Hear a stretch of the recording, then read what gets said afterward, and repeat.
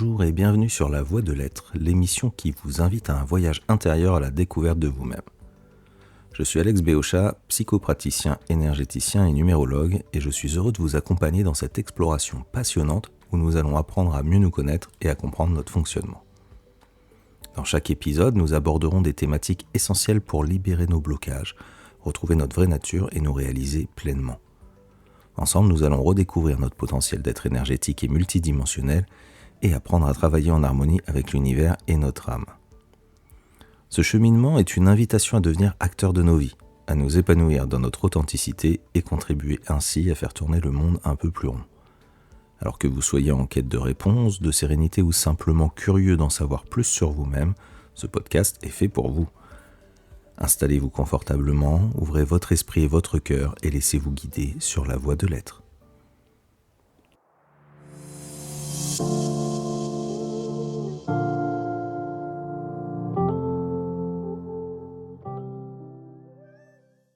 Bonjour à toutes et à tous et bienvenue dans ce nouvel épisode de La Voie de l'Être. Alors aujourd'hui, on va plonger dans l'univers fascinant et un peu flou de l'ego. Est-il notre ami ou notre ennemi ? Imaginez que vous êtes devant un grand miroir aux reflets multiples. Certains vont être nets, d'autres vont être déformés, embellis ou altérés. Et bien ce miroir, quelque part, on pourrait dire que c'est l'ego qui nous renvoie une image de nous-mêmes qui est façonnée par nos expériences, nos interactions et nos blessures. Il nous aide à jouer notre rôle dans la société, à affirmer notre identité, donc ça c'est plutôt quelque chose de positif, mais il peut aussi nous enfermer dans un costume auquel nous finissons souvent par nous identifier en oubliant complètement qui on est vraiment au-delà du masque. Alors dans cet épisode, on va explorer ce qu'est l'ego, pourquoi et comment il se construit et comment il agit parfois en allié et parfois en ennemi.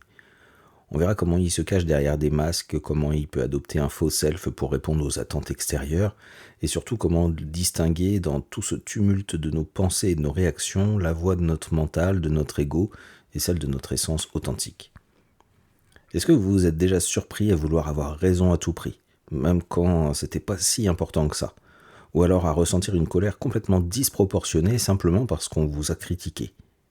Eh bien, ça peut souvent être un signe qui montre que l'ego est aux commandes. Alors, faut-il se débarrasser de son ego ? Eh bien, pas du tout. L'ego n'est ni bon ni mauvais. Il est simplement une part de nous qui mérite d'être intégrée, comprise et même et surtout aimée.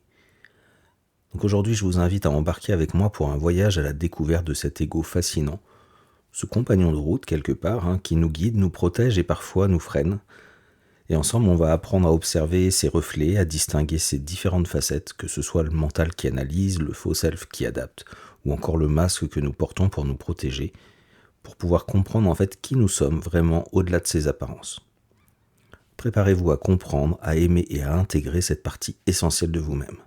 Allez, c'est parti pour explorer l'ego, ce reflet énigmatique qui, bien que souvent diabolisé, recèle le potentiel d'être un allié précieux sur le chemin de notre épanouissement.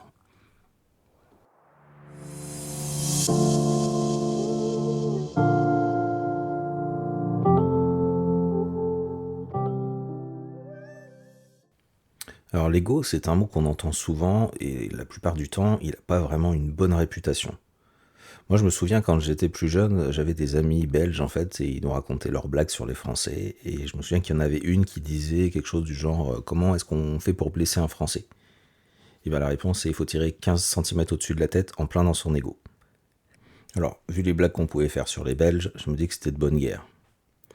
Ce petit exemple, en fait, il illustre quelque chose.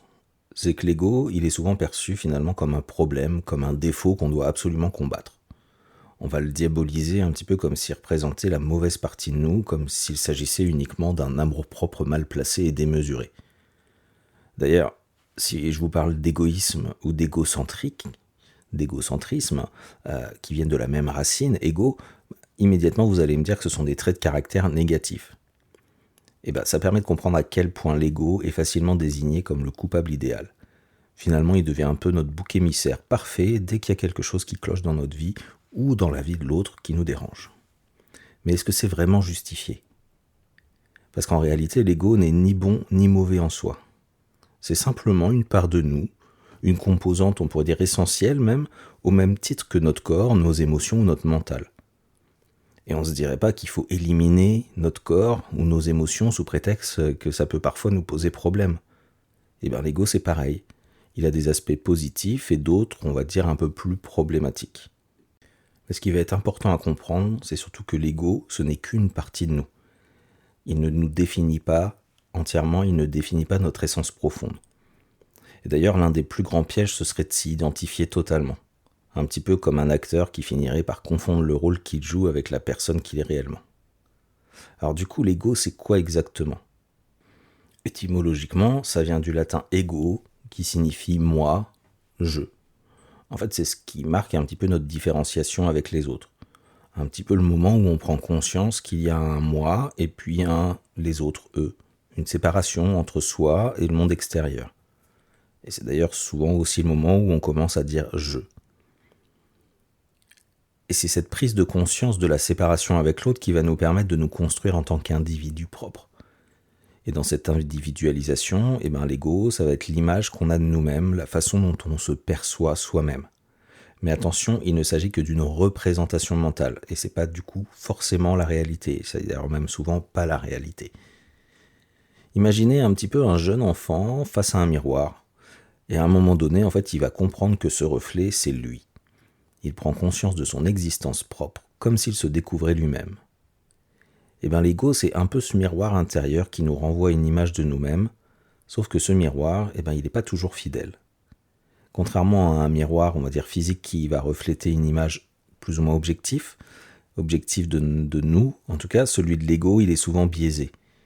Il va nous montrer ce que nous pensons être, ce que nous croyons valoir, comment nous nous définissons, mais pas toujours avec justesse. Pour autant, l'ego joue un rôle crucial. Parce qu'en nous définissant comme un individu distinct des autres, il va nous aider à nous situer dans le monde, à poser aussi des limites et à gagner en autonomie. Il joue également un rôle essentiel dans la construction et la protection de notre identité. Mais forcément, le revers de la médaille, c'est qu'en créant cette séparation entre nous et les autres, il nous offre la possibilité d'être évalué, d'être comparé aux autres, et ça peut devenir un véritable facteur de souffrance. Et dans notre société actuelle qui est de plus en plus individualiste et surtout de plus en plus axée sur l'image et la reconnaissance, notre évaluation par les autres va malheureusement conditionner souvent notre sentiment de valeur. En fin de compte, on pourrait se représenter l'ego un petit peu comme une interface, un programme indispensable qui nous permettrait d'interagir avec le monde matériel. On peut le voir un petit peu comme un médiateur entre l'intérieur de nous et l'extérieur, notre représentant, notre avatar quelque part pour agir dans la réalité matérielle. Alors, comment est-ce qu'il se construit cet ego ? Comment est-ce qu'il grandit ? On va essayer d'en parler un petit peu parce que je pense que comprendre les fondations de l'ego, c'est un petit peu se donner aussi la possibilité d'en faire un allié dans notre évolution plutôt que de le laisser diriger notre vie de manière maladroite. Alors imaginons à la naissance, de façon générale, on est aimé naturellement sans condition, par le simple fait finalement d'être arrivé sur Terre. Et peu importe ce que nous fassions, on est enveloppé d'amour et en fait on le vit comme une évidence. Et puis en grandissant, les choses changent. L'amour inconditionnel va laisser place finalement à un amour qui va être soumis à des conditions. On n'est plus simplement aimé pour ce qu'on est, mais finalement pour ce qu'on devrait être ou ce qu'on attend de nous. On va prendre l'exemple d'un enfant qui apprend à manger seul. Et puis au tout début de son apprentissage, il s'amuse comme beaucoup d'enfants avec sa cuillère. En fait, il fait des expériences, la cuillère est pleine de purée et il en met un petit peu partout, il en envoie en regardant ses parents pour voir une réaction. Et puis il voit que ses parents trouvent ça assez drôle, ils sourient, trouvent ça attendrissant, peut-être même qu'ils rient, peut-être même qu'ils vont immortaliser la scène en vidéo. Et puis quelques semaines plus tard, en fait, l'enfant va répéter exactement le même geste, sauf que là, il se fait disputer. Ce qui était drôle à un moment, ça devient une faute, l'instant d'après. Et ce changement de regard de ses parents sur lui peut être complètement déstabilisant et créer finalement en lui peut-être un sentiment d'incompréhension, voire même de rejet. Vous vous souvenez, les fameuses blessures émotionnelles dont on a parlé il n'y a pas très longtemps dans un épisode. Alors, pour éviter de revivre cette douleur, l'enfant il va développer instinctivement un masque, une sorte de protection qui finit par s'intégrer à son ego. Parce que l'ego, avant tout, il a un rôle protecteur pour nous. C'est un peu le chevalier qui vient défendre notre identité face aux blessures de l'enfance et aussi celles qui nous arrivent à l'âge adulte. mais comme on va le voir, il agit souvent avec maladresse. Donc l'ego, il va se construire au fil de nos expériences, il va se nourrir de nos succès, de nos échecs, et puis aussi des messages qu'on reçoit dès l'enfance, que ces messages soient positifs ou négatifs d'ailleurs. Il va donc se forger à travers nos croyances, et il va littéralement faire vivre nos croyances.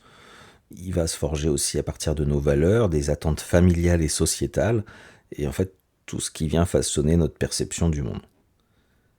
Et c'est comme ça que l'ego va potentiellement se modifier, évoluer au fur et à mesure de notre vie, de nos compréhensions et de notre travail personnel également. Parce qu'il est intimement lié à notre besoin de reconnaissance, il va également influencer nos comportements ou encore notre façon de réagir aux critiques ou aux compliments.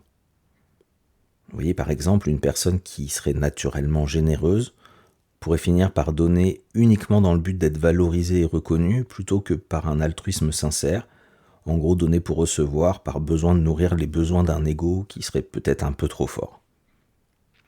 Et c'est aussi à travers l'ego qu'on développe notre sentiment d'identité et qu'on tente de répondre à ces questions un peu fondamentales. Qui suis-je ? Enfin, du moins en partie, parce qu'on a vu qu'on est bien plus que simplement notre représentation matérielle. Et puis, quelle est ma valeur ? Et dans ce processus-là, le mental il va jouer un rôle clé. Il alimente l'ego avec des pensées, des jugements, des interprétations de nos expériences. On passe notre temps à nous comparer aux autres, à ressasser nos pensées, nos échecs, à anticiper le pire, à faire référence au passé. Et ces pensées répétitives vont façonner et renforcer en fait notre ego, souvent sur une base erronée.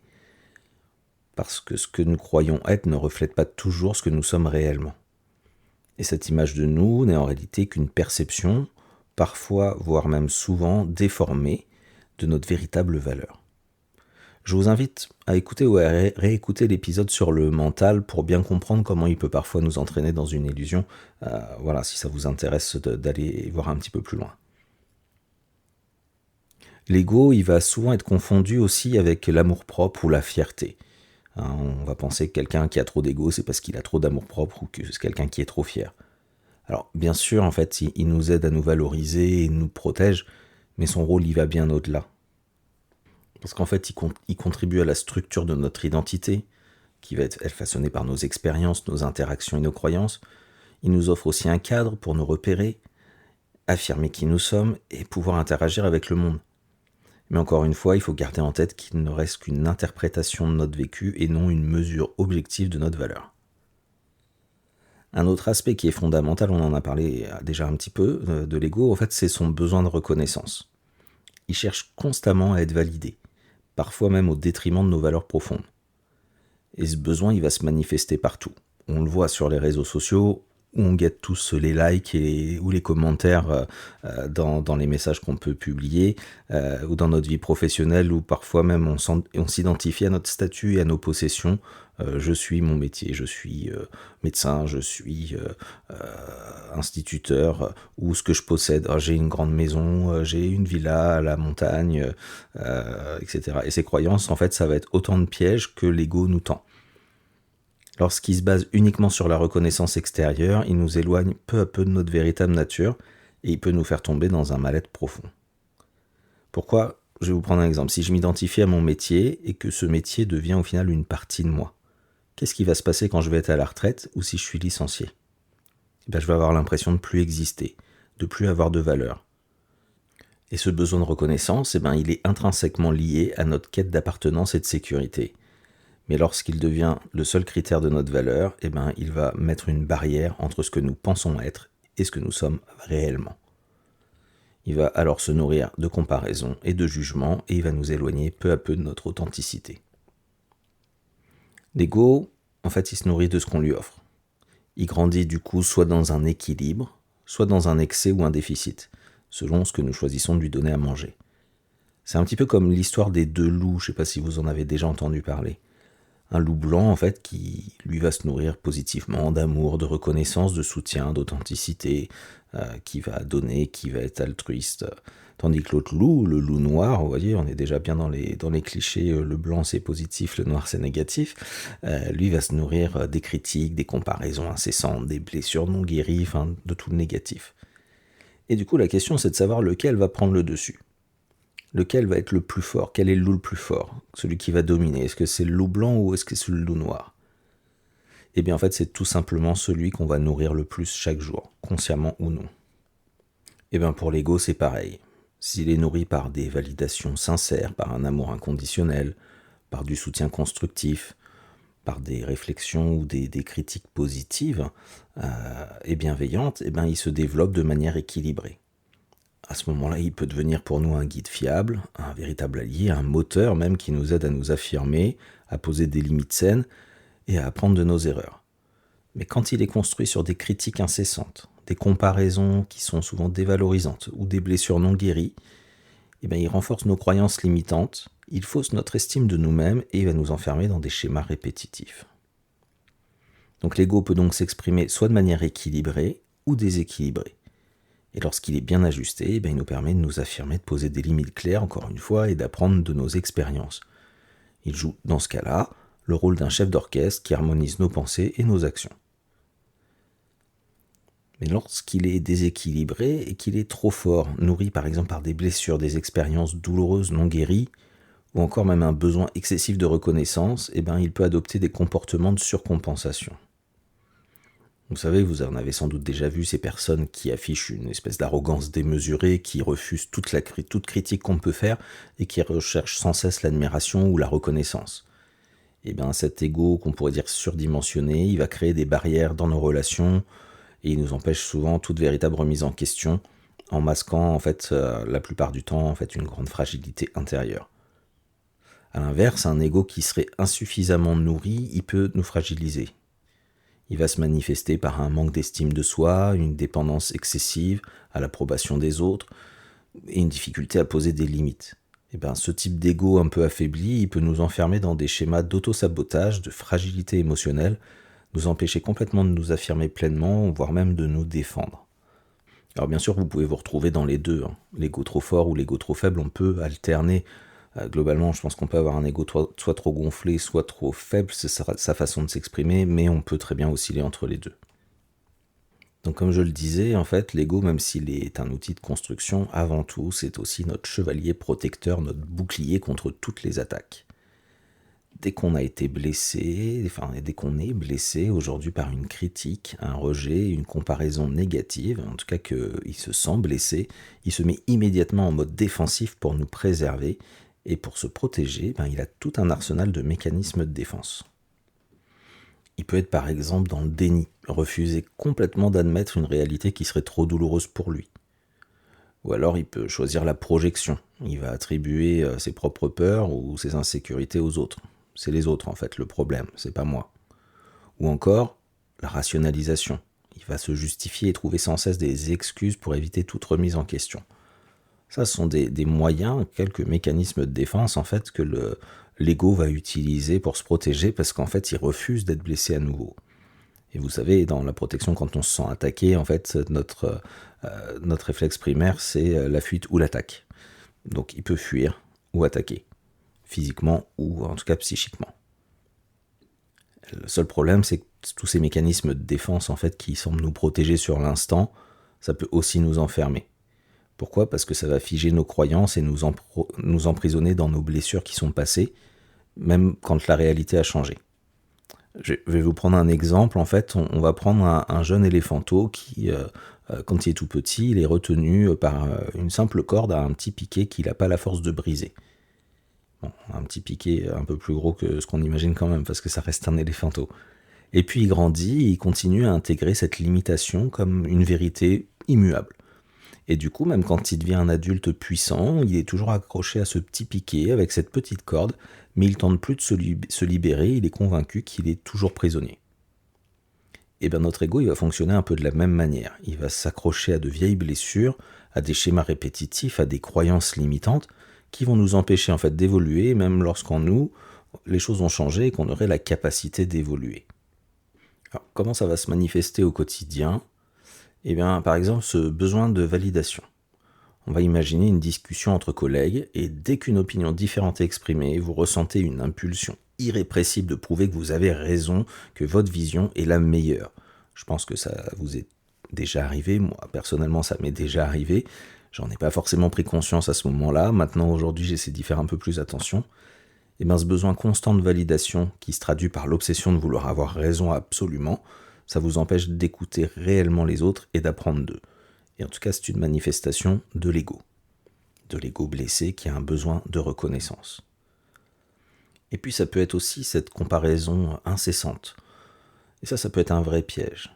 Imaginez vous êtes sur les réseaux sociaux et vous voyez en fait sans arrêt les réussites de vos amis ou de vos collègues. Il y en a un qui a eu une promotion, il y en a un autre qui a eu un projet qu'il a réussi à mener à bien, un autre qui part en voyage inspirant, et en fait vous vous surprenez à ressentir une pointe d'envie, et en fait à vous comparer à eux, à comparer votre vie avec la leur, alors soit en se disant que c'est injuste que vous n'ayez pas certaines choses alors que vous le mériteriez, que eux ils méritent pas, que ceci, que cela, en tout cas vous vous comparez, et à force de vous comparer, ça finit par, sans que vous en rendiez compte, éroder peu à peu votre confiance en vous, et renforcer l'idée, quelque part la croyance limitante que vous n'êtes pas à la hauteur et que tout ce qu'ils vivent eux, c'est pas pour vous. Même si au final vous pouvez consciemment penser l'inverse en vous disant que c'est bien pour vous et qu'eux ne le méritent pas. Mais malgré tout, ça vient éroder votre confiance en vous. Après, on a aussi toutes les réactions défensives quand une critique, même une critique qui peut être constructive, vous est adressée. Et en fait, vous allez la prendre comme une attaque personnelle. Par exemple, un simple retour sur votre travail qui va devenir une remise en question complète de votre valeur. Ça, c'est l'ego qui s'exprime aussi. Et le résultat, ça peut être une réaction de rejet, d'agressivité, un refus de considérer la remarque comme une opportunité de grandir, et vous pouvez même dresser un mur immédiatement entre vous et votre interlocuteur. Et ces comportements, ils sont pas anodins du tout en fait. Ils viennent renforcer nos croyances limitantes en venant finalement amener ce qu'on appelle le biais de confirmation notamment. Ils nous maintiennent dans une boucle où on cherche sans cesse à se protéger et à protéger l'image qu'on a de nous-mêmes. Mais à quel prix en fait? Parce que comme l'éléphant qu'on a vu tout à l'heure qui était attaché, ces mécanismes de défense à double sens peuvent nous empêcher d'évoluer et de nous libérer de nos chaînes invisibles. Et puis à force d'utiliser ces mécanismes de défense, on finit par revêtir des masques qui vont au final être des protections un peu plus durables face aux situations. Ces masques, en fait, ça va être un peu comme des costumes, des rôles qu'on endosse en fonction des contextes de vie. Ils viennent quelque part forger l'armure de ce chevalier protecteur qu'est l'ego. Alors bien sûr, on porte tous des masques, et parfois même sans s'en rendre compte. Ces masques, on les a construits pour se protéger, pour éviter la souffrance, pour éviter le rejet ou la critique, ou encore pour cacher nos failles, notre vulnérabilité, pour être acceptés. Sauf qu'à force de les porter, ils finissent par nous enfermer dans des rôles qui ne sont pas vraiment nous, et ça devient même parfois nos prisons.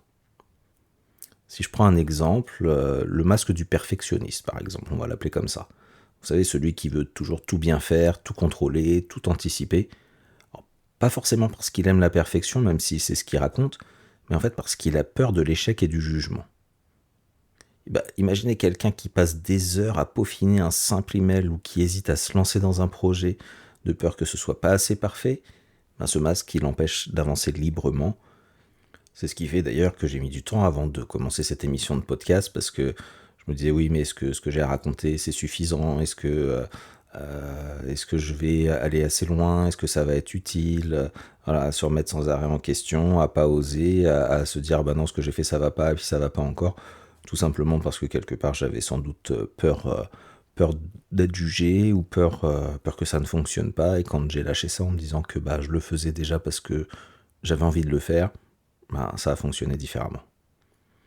Et puis on peut avoir aussi par exemple le masque du fort. Vous savez, celui qui montre jamais ses émotions, il garde tout à l'intérieur. Pourquoi ? Parce qu'il a appris que montrer sa vulnérabilité, c'est être faible. Alors même quand il traverse une période difficile, il va toujours vous dire non ça va, t'inquiète. Alors qu'au fond en fait il souffre en silence. On peut aussi avoir le masque du rebelle. Vous savez, celui qui rejette toute autorité, qui dit non par principe, qui va refuser de rentrer dans les cases par principe aussi. Et c'est pas forcément parce qu'il est fondamentalement contre tout, mais en fait il a peur de perdre quelque part son indépendance et de se faire dicter sa conduite. On peut aussi avoir le masque du sauveur, celui qui veut toujours aider tout le monde, qui sait pas dire non et qui du coup s'oublie pour les autres, parce que quelque part il a besoin de se sentir utile et indispensable. Il pense que s'il arrête d'aider, en fait il aura plus de valeur. C'est un masque que je connais bien. J'ai remis dans mon armoire le collant et la cape quand j'ai compris que je ne pouvais pas sauver tout le monde et que je n'étais pas là pour sauver tout le monde, mais qu'il fallait que je commence par me sauver moi. Voilà. Un autre masque qui est assez courant, c'est le masque du blagueur. On va l'appeler comme ça. De l'humoriste, ouais. Vous savez, celui qui prend un peu tout à la légère, il va tout détourner avec l'humour. Alors, à première vue, il va vous sembler toujours joyeux, et en fait, c'est un moyen d'éviter de parler de ce qu'il touche vraiment, parce que s'il commence à s'ouvrir, il prend le risque d'être jugé ou rejeté, par exemple, et donc ça lui fait peur, donc en fait, il va tout détourner avec l'humour. Et puis on pourrait prendre aussi le masque de du distant, celui qui reste à distance. Vous savez, celui qui s'attache jamais vraiment, qui garde les gens à une certaine distance, en fait, parce qu'au fond, il a peut-être plus ou moins, enfin, il a surtout peur de l'abandon ou peur de souffrir, alors il préfère ne pas trop s'investir dans ses relations, comme ça il évite la douleur.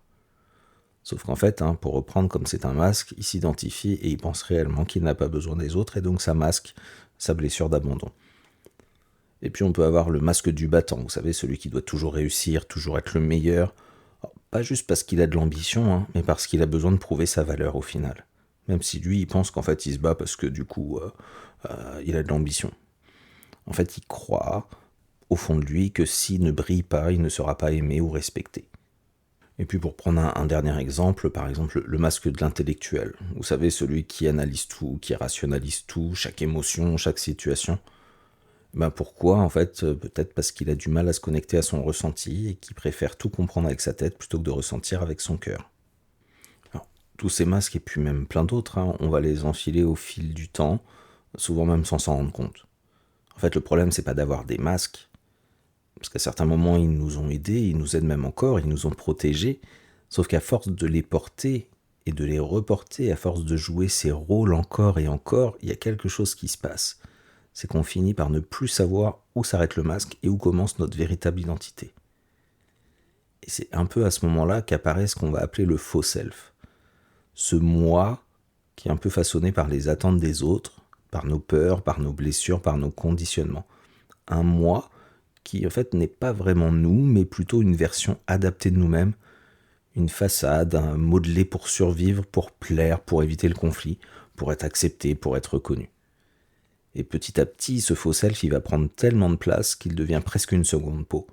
Et on finit par croire finalement que ce faux self, c'est notre vrai self, c'est nous. Et on se fond dans un personnage qui va rassurer, qui va donner l'illusion du contrôle, mais qui en réalité nous éloigne complètement de qui on est vraiment. Et au final, les gens ils vont nous voir tel qu'on paraît et non pas tel qu'on est. Pour illustrer un petit peu comment tout ça, ça peut se mettre en place, je vais vous donner quelques exemples. Alors imaginez, on va prendre l'exemple d'un enfant dont chaque mot est remis en question dans son enfance tout le temps. À chaque fois qu'il s'exprime, on lui dit que ses idées ne sont pas intéressantes ou qu'elles ne sont pas justes, on lui demande de se taire, parce qu'après tout, c'est qu'un enfant, il ne peut pas tout savoir, donc autant qu'il se taise. Et avec le temps, cette répétition, elle finit par creuser une sorte de blessure en lui. Il en vient à croire qu'il n'est pas digne d'être entendu. Et pour se protéger, en fait, son ego, épaulé par un mental qui vient renforcer cette perception, il va alors adopter différents comportements. Par exemple, il pourrait se montrer excessivement arrogant en affichant une assurance exagérée en fait pour masquer les doutes qu'il a. Ou alors au contraire, il pourrait se taire complètement pour éviter d'être jugé. Dans certains cas, il va chercher aussi, pourquoi pas, obtenir une validation constante en accumulant les diplômes et les promotions pour prouver qu'il vaut quelque chose et que ses paroles valent quelque chose. Donc vous voyez dans cet exemple une situation qui a généré en fait une blessure, cette répétition en fait de phrases qu'on lui a dit a généré une blessure qui a entraîné une croyance limitante, que finalement ce qu'il a à dire n'est pas intéressant. Et en fait, son ego vient là pour protéger cette blessure, surtout qu'il ne puisse pas revivre la même chose, sauf qu'il le fait de façon très maladroite.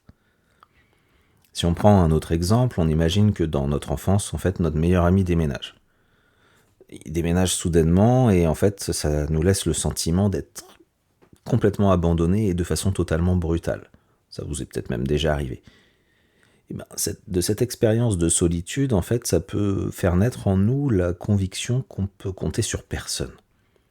Et pour pallier à ce vide laissé par cet ami qui est parti, et bien à ce moment-là, l'ego il va pouvoir adopter des comportements soit de contrôle excessif dans nos relations, avec une sorte de jalousie envahissante ou une vérification constante de ce que fait l'autre dans le but d'éviter de revivre à nouveau cette douleur d'abandon, ou alors dans d'autres cas, il se peut qu'ils choisissent de mettre fin aux relations avant même qu'elles ne puissent aboutir.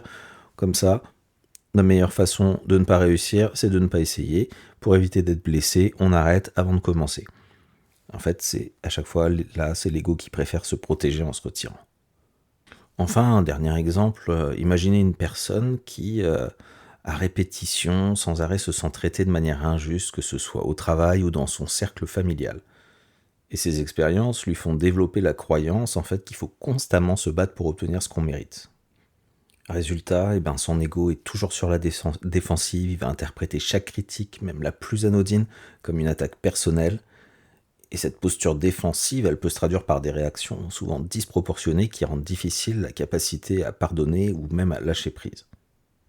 Donc, comme vous le voyez, tous ces mécanismes vont émerger lorsque notre ego est mal nourri ou qu'il est blessé.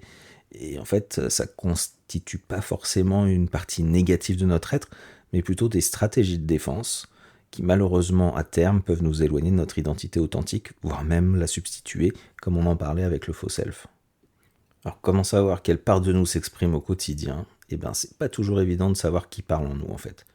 Est-ce que c'est notre mental qui analyse, notre ego qui cherche à se protéger, à être reconnu, nos masques, notre faux self qui s'adapte aux attentes extérieures, ou bien notre essence qui résonne en fait avec authenticité ?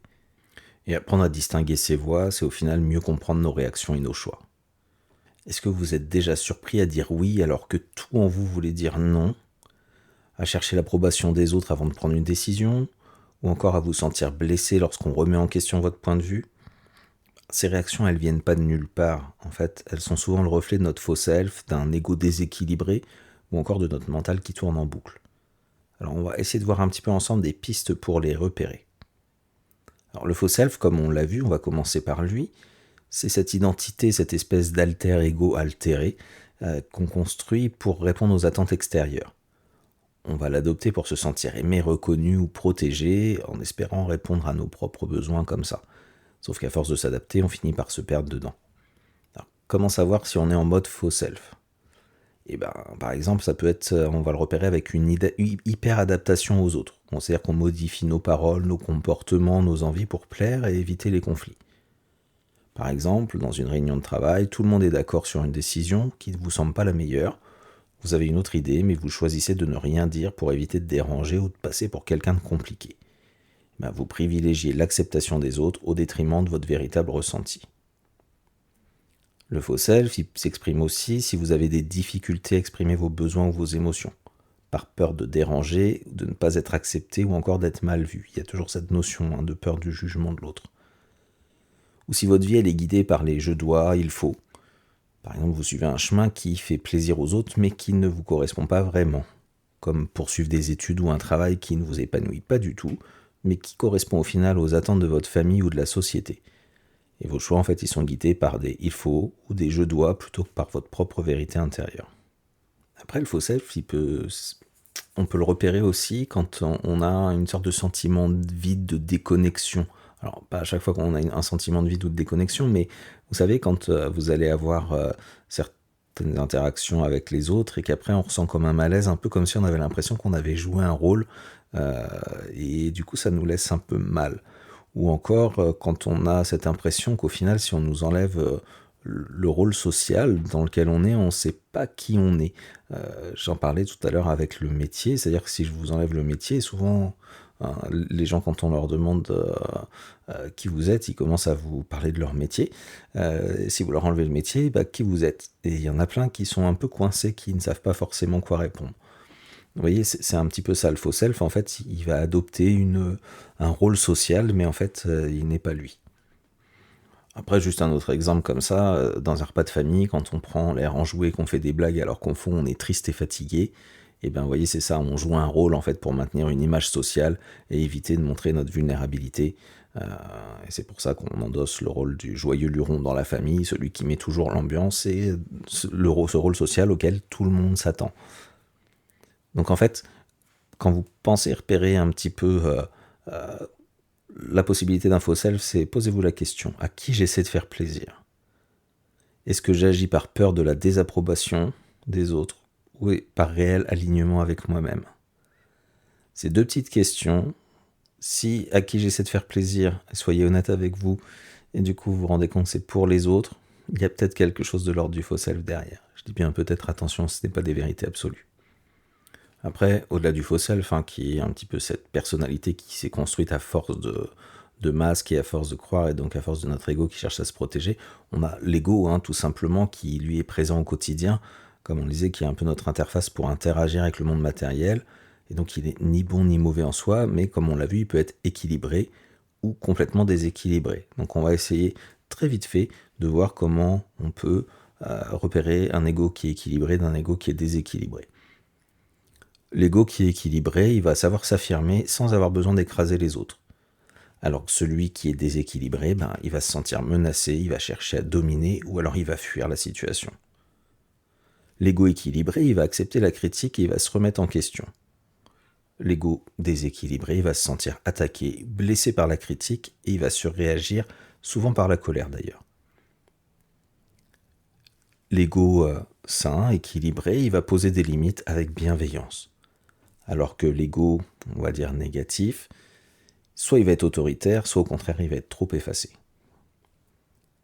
L'ego équilibré se sent en sécurité intérieurement, là où l'ego déséquilibré va dépendre de l'approbation des autres. L'ego équilibré écoute et communique de façon équilibrée. Et alors que l'ego déséquilibré, lui, va interrompre, il va imposer son point de vue, voire même il va manipuler pour être reconnu. En gros, si je peux accepter un point de vue différent, sans me sentir attaqué, mon ego est sain. Si je ressens par contre le besoin de prouver que j'ai raison ou que je suis légitime, c'est mon ego négatif qui s'exprime. Donc demandez-vous, si j'étais vraiment en paix avec moi-même, aurais-je besoin de prouver quoi que ce soit? Donc après, quand l'ego est déséquilibré, on l'a vu, il peut être soit trop faible, soit trop fort. Alors, quand l'ego est trop faible, c'est un ego qui a du mal à exister, il va nous pousser finalement à éviter les conflits, à douter de nous, à nous effacer. Comment on peut le repérer? Une difficulté par exemple à dire non et à poser des limites. On accepte tout même si ça nous met en difficulté. Ou alors un besoin excessif d'approbation, on cherche sans arrêt la validation des autres avant d'agir et on a même du mal à prendre des décisions tout seul. Ou alors on s'auto-dévalorise, on se critique sévèrement tout le temps, on minimise nos réussites. Quand on reçoit un compliment, on pense tout de suite que c'est exagéré ou qu'on ne le mérite pas. Ou alors en fait on peut avoir peur du conflit. Et on laisse passer du coup des remarques blessantes sans réagir, on évite toutes les confrontations, quitte à laisser les autres nous manquer de respect. Pour vous donner quelques exemples de l'expression d'un ego trop faible, par exemple vous êtes avec des amis et il faut choisir un restaurant, et en fait ils ont choisi un restaurant qui ne vous plaît mais pas du tout. Et plutôt que de donner votre avis, vous suivez le groupe sans rien dire, même si vous savez que vous n'allez pas du tout apprécier le repas. Et là c'est votre ego qui est trop faible, qui s'exprime parce que vous avez du mal à affirmer vos envies et à poser vos limites. Une autre situation vous donne une charge de travail supplémentaire, mais vous n'osez pas refuser, même si ça vous met en difficulté. Et oui, votre ego a tellement peur de dire non et de décevoir qu'il préfère se mettre en difficulté. Ou encore une autre situation, après une réussite, il y a quelqu'un qui vous fait un compliment, et vous dites immédiatement non, c'est rien, j'ai juste eu de la chance. Et là, c'est encore votre ego qui est trop faible, parce que vous minimisez votre valeur et vous avez du mal à reconnaître simplement vos réussites. Observez à quel moment vous vous retenez d'exprimer ce que vous pensez, à quel moment vous vous dévalorisez, à quel moment vous avez finalement une faible estime de vous. Parce que ça peut être l'expression d'un ego qui est trop faible.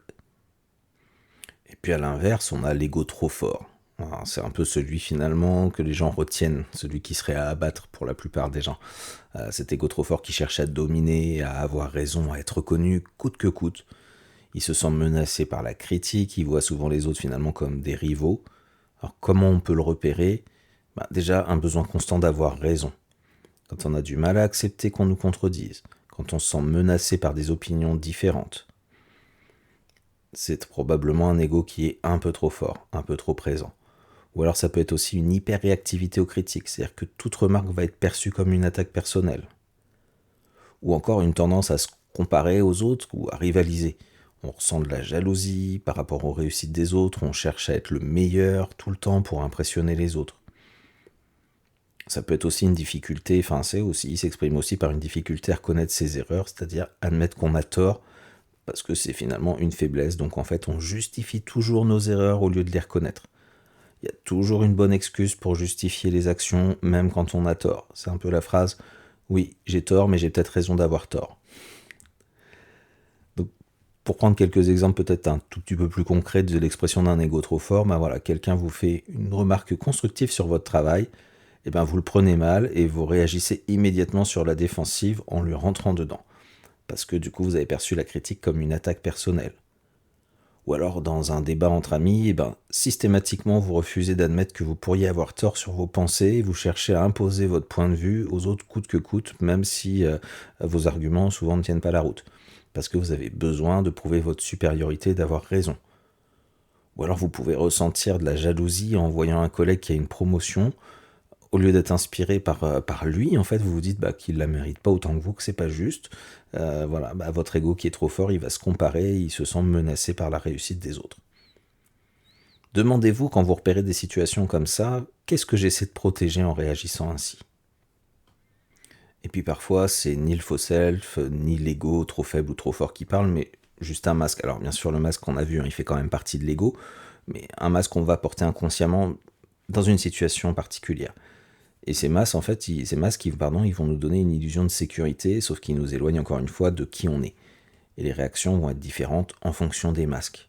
Alors, si je reprends quelques masques courants, par exemple le masque du fort, vous savez, on l'a vu tout à l'heure, on cache sa vulnérabilité sous une apparence de contrôle. Et en exemple, on pourrait dire que vous imaginez vous traversez une période difficile, par contre, vous refusez d'en parler à qui que ce soit, vous gardez le sourire, vous voulez absolument pas montrer que vous souffrez. Sauf que sous cette apparence de solidité, vous êtes vulnérable et du coup, ça génère des blessures à l'intérieur qui auraient pu être aidées par les autres. Et puis sur le masque de la perfection, vous savez, vous pouvez vous imposer des choses, des standards tellement inatteignables que ça devient une pression constante et ça peut être traduit aussi par une difficulté à accepter l'échec parce qu'on a ce besoin de perfection. Et du coup, on peut s'épuiser au travail, par exemple, en voulant tout faire parfaitement, par peur qu'on juge qu'on est incompétent. On peut avoir aussi le masque du caméléon qui se suradapte aux attentes extérieures pour être accepté. C'est-à-dire que vous allez changer vos comportements selon votre entourage en perdant complètement votre véritable identité. Vous allez changer votre façon de parler, peut-être vos goûts, même vos opinions pour vous faire accepter. Ce qui est intéressant par rapport au masque, en tout cas dans des situations où il se passe quelque chose, c'est, ou même là, sans situation particulière, posez-vous la simple question, dans quelle situation est-ce que je joue un rôle au lieu d'être moi-même ? Parce que ça vous montrera dans quelle situation vous mettez des masques, et du coup ce qui sera intéressant c'est de savoir pourquoi vous mettez ces masques, qu'est-ce qui vient de protéger derrière, et du coup d'essayer de rééquilibrer l'ego.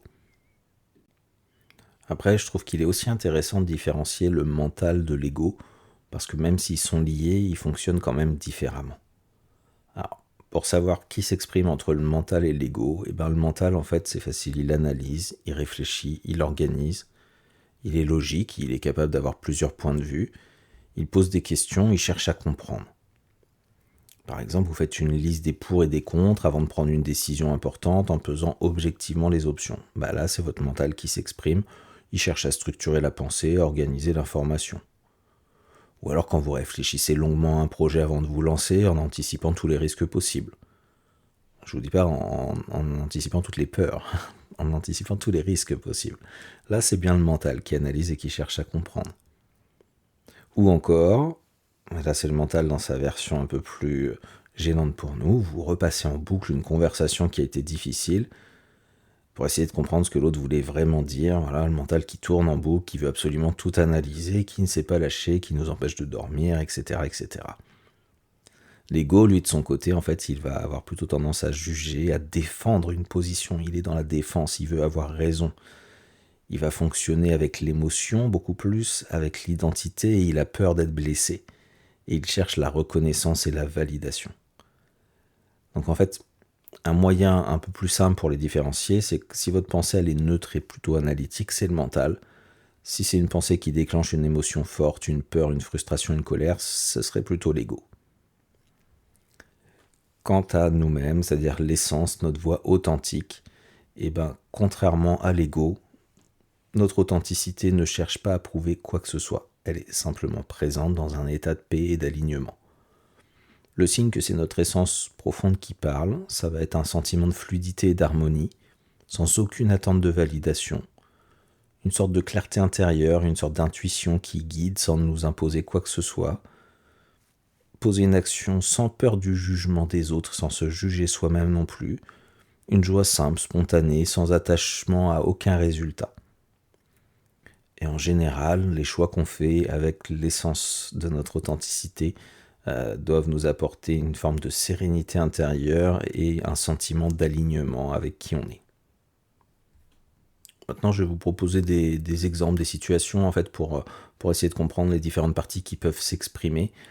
Alors bien sûr, il y a des fois, je vais dire que c'est un masque et vous direz mais c'est peut-être le faux self, mais il faut savoir que l'ego est constitué de masques qui finissent par aussi devenir un faux self. Donc tout ça c'est un peu mélangé, mais c'est juste pour que vous puissiez repérer à quel moment en fait il y a des parties de vous blessées qui parlent. Alors, imaginez une réunion de travail. Toute l'équipe est réunie pour discuter d'un projet important et le débat sur la meilleure stratégie adoptée est plutôt animé, fortement animé. On va avoir Paul. Paul, il refuse catégoriquement toutes les suggestions qui ne viennent pas de lui. Dès qu'il y a un collègue qui propose une idée différente, il lui coupe la parole et il insiste. Il dit « Non, mais c'est pas la peine, ça marchera pas. Vous devriez écouter ce que je vous dis, c'est moi qui ai le plus d'expérience, donc je sais ce qui va être le mieux et ce qui va marcher. » En fait, il se sent attaqué dès qu'on remet en question ses idées. Là, nous avons une expression d'un ego trop fort, déséquilibré, mais qui est trop fort, et qui a besoin, du coup, de reconnaissance. À côté, il y a Julie. Julie, elle a une idée qui est super pertinente, mais elle n'ose pas la partager. Elle en avait parlé à une de ses amies qui lui a dit « mais c'est une très bonne idée », mais en fait, elle n'ose pas la partager, parce qu'elle se dit « mais si je parle, on va sans doute me dire que ce que je dis, c'est n'importe quoi, on va penser que je suis incompétente ». Alors au final, elle se contente de dire oui aux autres, en fait, avec la tête, voilà, même si elle est absolument pas d'accord avec ce qu'ils disent. Et bien Julie, contrairement à Paul qui avait un ego déséquilibré trop fort, Julie a aussi un ego déséquilibré mais qui est trop faible en l'occurrence.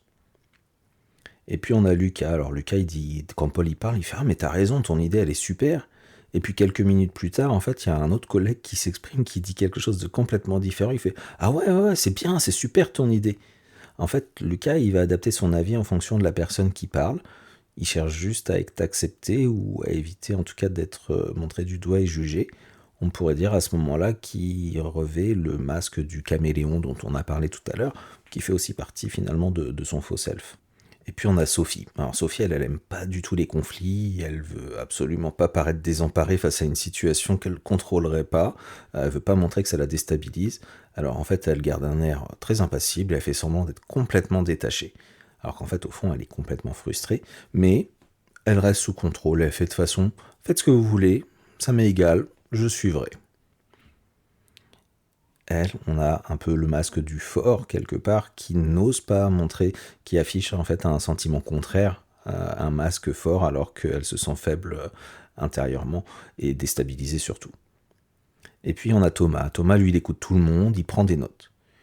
Il va réfléchir de manière très logique, il va peser les arguments de chacun, il finit par dire alors, d'un point de vue organisationnel, l'idée d'Anne, elle semble plutôt efficace, mais celle de Paul est intéressante aussi sur le long terme.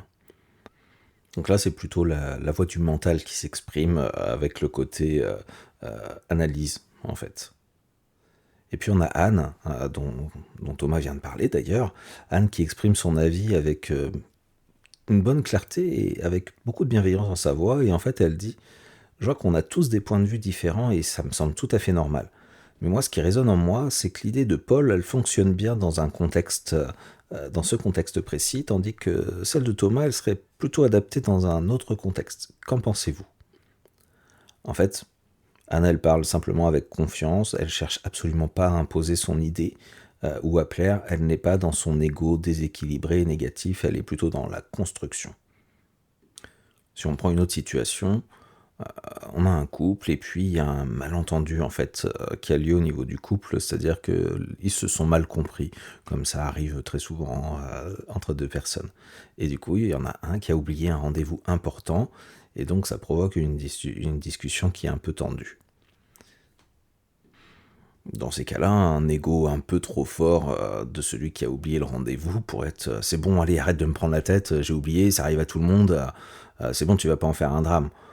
En fait, à ce moment-là, la personne ne veut pas reconnaître son erreur et va rejeter un peu la faute sur l'autre. C'est l'autre qui exagère les choses. Là, on est sur un ego qui est peut-être un peu trop fort et déséquilibré. Et puis après, on peut avoir des personnes, notamment celle qui a été oubliée lors du rendez-vous, qui fait non, mais bon, c'est pas grave. Alors qu'en fait, elle est blessée, mais non, non, bah, c'est pas grave, je t'en veux pas. Voilà, elle n'ose pas exprimer sa colère, en fait elle se baisse complètement et là c'est un ego qui est trop faible, elle n'ose pas exprimer, pas dire que non, elle n'est pas contente. Et puis dans une version d'ego plus sain, c'est la personne qui a été oubliée qui peut exprimer j'ai été blessé en fait que tu oublies le rendez-vous parce que pour moi en fait ça comptait beaucoup. J'aimerais qu'on trouve ensemble une solution pour mieux communiquer la prochaine fois. Vous voyez ces différentes façons en fait de réagir. Après, on peut prendre pour vous différencier l'ego sain et l'ego plutôt négatif, hein, équilibré et déséquilibré.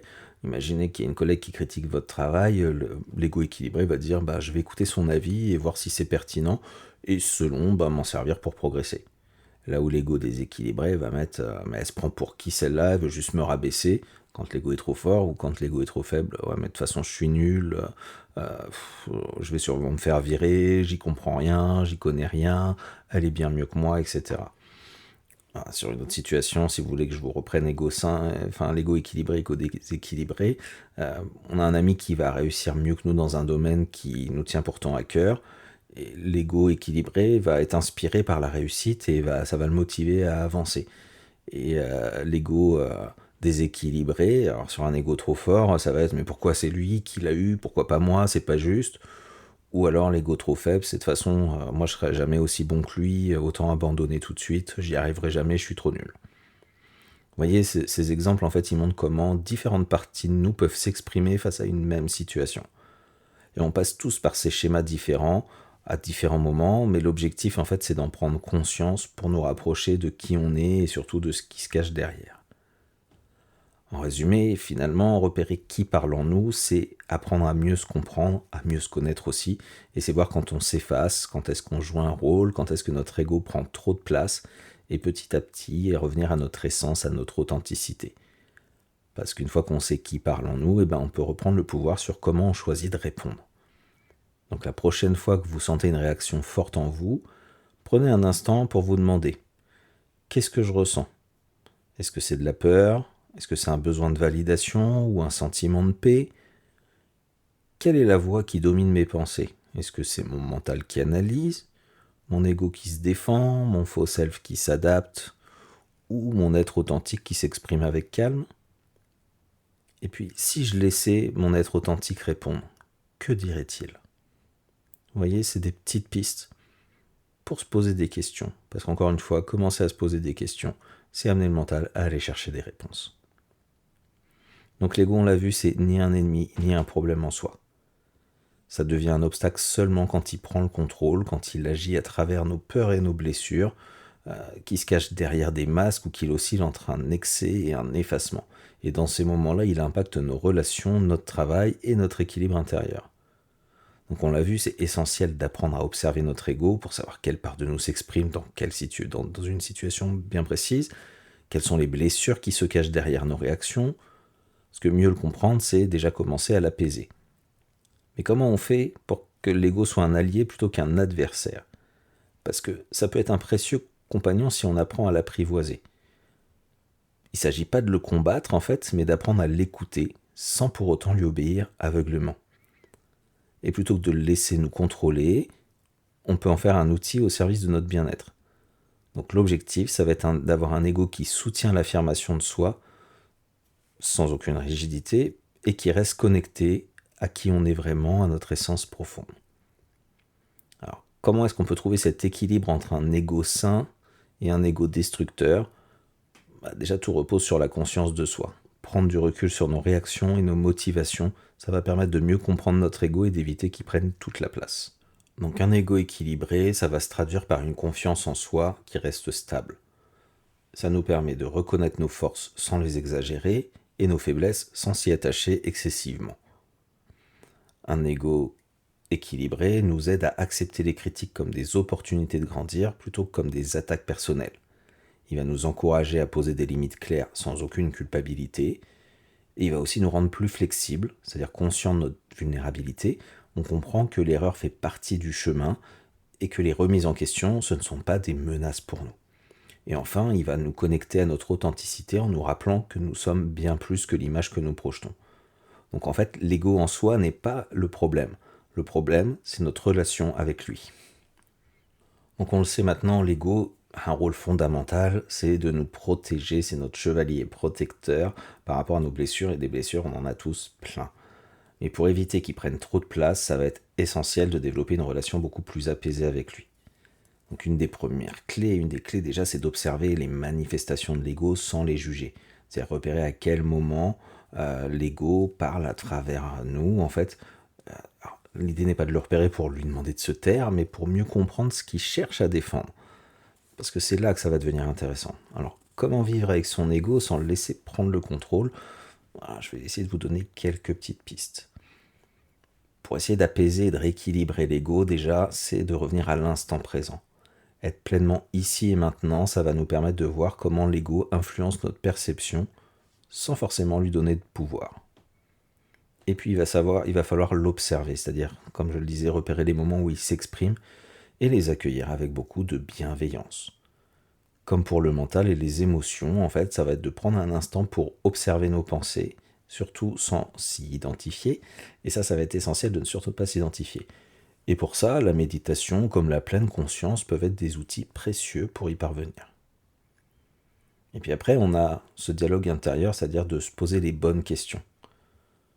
Une fois qu'on a observé, on est revenu à l'instant présent, on a observé la situation que l'ego était là, on ne s'y est pas identifié, on l'a observé de façon neutre et bienveillante, on se pose des questions. Pourquoi est-ce que j'ai réagi ainsi ? Quelle peur ou quelle blessure peut se cacher derrière cette émotion ou derrière cette réaction ? En fait, il va s'agir d'identifier, à chacun à son niveau, les mécanismes qui nous aident à reprendre le contrôle de nos réactions. Après, ça va être aussi d'accepter l'erreur, c'est-à-dire de comprendre et d'intégrer que l'erreur fait partie de l'apprentissage. Et ça, c'est quelque chose d'important. On ne peut pas savoir quand on est en train d'apprendre. Et savoir que l'erreur, en fait, fait partie des expériences, ça peut nous libérer d'une pression complètement inutile et nous aider à avancer sans nous juger. Et puis après, une autre clé essentielle, pas que pour l'ego d'ailleurs, c'est le lâcher-prise. Donc c'est déjà d'apprendre à ne pas surréagir aux critiques et à accepter que certaines choses échappent à notre contrôle. Il n'y a rien de dramatique là-dedans. Ça va permettre de diminuer les attachements de l'ego et d'accueillir surtout la vie avec plus de sérénité. Donc qu'on reçoive une critique ou un compliment, ça ne change rien à notre valeur en tant que personne. Il ne faut pas confondre la critique de ce que les autres peuvent penser avec votre valeur. En fait, la valeur, elle est intrinsèque, c'est la vôtre. Donc prendre du recul avec ces jugements extérieurs, ça va vous permettre de rester émotionnellement plus stable, peu importe ce qui se passe autour de vous. Vous savez, un peu comme le bateau qui reste très stable, ou tiens, comme les culbutos, je ne sais pas si vous avez eu ça, alors peut-être pas les très jeunes ne vont pas connaître, mais ces espèces de personnages qui, même quand on les mettait à l'envers, ils revenaient toujours en fait droit. Voilà, moi je me souviens, j'avais beaucoup joué avec ça et j'aimais bien. Une autre clé qui est intéressante, c'est la gratitude. C'est-à-dire que déjà remercier l'ego pour son rôle protecteur. Parce que comme on l'a dit, l'ego n'est pas un ennemi en soi, et en fait il faut le remercier parce qu'il a quand même un rôle qui est utile pour nous. Par contre, on peut le remercier, mais en lui rappelant que c'est pas lui qui va diriger notre existence. Parce que l'ego, il veut toujours plus, mais quand on est plein de gratitude, ça va apaiser l'ego et ça va nous ramener à l'essentiel. On peut lui dire merci pour ses remarques, cher ego, elles vont m'aider à m'améliorer. Voilà, mais maintenant c'est moi qui reprends le contrôle. Un petit peu comme on avait fait quand je vous parlais par rapport au mental. De toute façon, l'ego et le mental sont quand même assez liés. Et puis après, on peut utiliser l'humour, alors non pas en tant que masque, Et finalement, rire de nos excès, l'excès de l'ego, en fait, ça peut permettre d'alléger le poids et de désamorcer des tensions. Une fois qu'on a pris conscience que notre comportement était démesuré, effectivement, on peut en rire, mais en rire en conscience, pas pour se protéger de quelque chose. Et puis, une clé qui est essentielle, c'est se reconnecter en fait à son essence profonde, à qui on est, c'est-à-dire en faisant des choix alignés avec vos valeurs profondes, plutôt que dictés par la peur ou le besoin de reconnaissance. Donc, quand vous allez pratiquer des activités qui vous nourrissent en fait à l'intérieur, qui vous font vibrer, ça peut être même aussi le silence, être dans le silence, la créativité, de la nature, ça va vous permettre de rééquilibrer la voix de l'ego avec celle de votre véritable identité. Donc pour que l'ego s'exprime de façon saine, il ne s'agit absolument pas de le combattre, parce que ça servirait à rien, il fait partie de vous, vous ne pouvez pas tuer une partie de vous, mais plutôt de le nourrir intelligemment, en cultivant l'autocompassion, en apprenant à s'aimer sans condition, et je vous invite à écouter ou réécouter le podcast, l'épisode sur l'amour, à observer vos pensées, à détecter vos croyances limitantes sans vous y identifier, et à éviter que l'ego ne se construise sur des schémas de pensée négatives. En prenant conscience de tous nos mécanismes intérieurs, on peut transformer notre ego en un guide bienveillant plutôt qu'en un maître tyrannique. Parce qu'au final, il ne s'agit pas de l'éliminer, mais de danser avec lui sans le laisser mener la danse.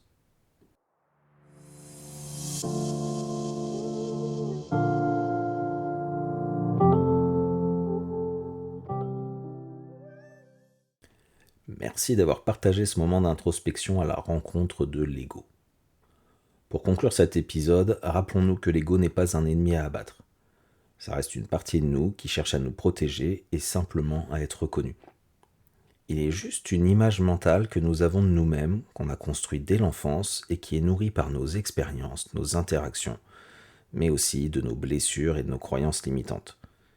Il nous aide à nous identifier, à poser des repères et à nous situer dans le monde, et en ça, il est positif. Mais quand il se sent menacé ou insuffisant, il va prendre le dessus et devenir du coup une source de souffrance pour nous. En apprenant à observer l'ego sans nous y identifier et à comprendre ce qui se cache derrière ses comportements, à différencier ses manifestations de notre essence profonde, on peut le transformer en un allié puissant. Plutôt que de laisser l'ego définir qui nous sommes, nous pouvons reprendre le contrôle et nous reconnecter à ce qui est authentique en nous. Alors la prochaine fois que vous vous surprendrez à vouloir prouver votre valeur ou à craindre la critique, souvenez-vous de ce miroir aux multiples reflets. Prenez un moment pour observer, prenez du recul, pour comprendre et aimer cette part de vous. Vous avez toujours le pouvoir de transformer vos pensées et de reprendre le contrôle de votre vie. Si cet épisode vous a parlé, s'il vous a aidé à mieux comprendre certaines de vos réactions, s'il vous a apporté un nouvel éclairage, ou simplement donné envie de partager votre expérience, n'hésitez pas à me laisser un commentaire, à le liker et à le partager autour de vous pour faire grandir et rayonner la voix de l'être. Plus vous likerez l'émission, plus elle va grandir. Donc, rappelez-vous par contre une chose, c'est que vous êtes bien plus que le reflet de votre ego. Vous êtes l'expression vivante de votre essence, unique et irremplaçable. Encore merci pour votre écoute et à très bientôt pour un nouvel épisode de La Voix de l'Être.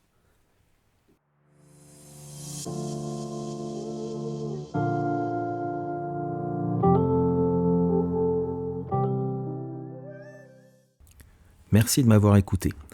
J'espère que les réflexions partagées aujourd'hui vous ont inspiré et vous ont donné des clés pour vous reconnecter à votre vraie nature et à votre potentiel d'être multidimensionnel. N'oubliez pas que chaque pas vers la connaissance de soi, c'est un pas vers un épanouissement authentique. Si vous avez aimé cet épisode, je vous invite à le liker, à me laisser un commentaire et à le partager avec ceux qui pourraient en bénéficier. Ensemble, on peut apporter un peu plus de lumière dans la vie des autres.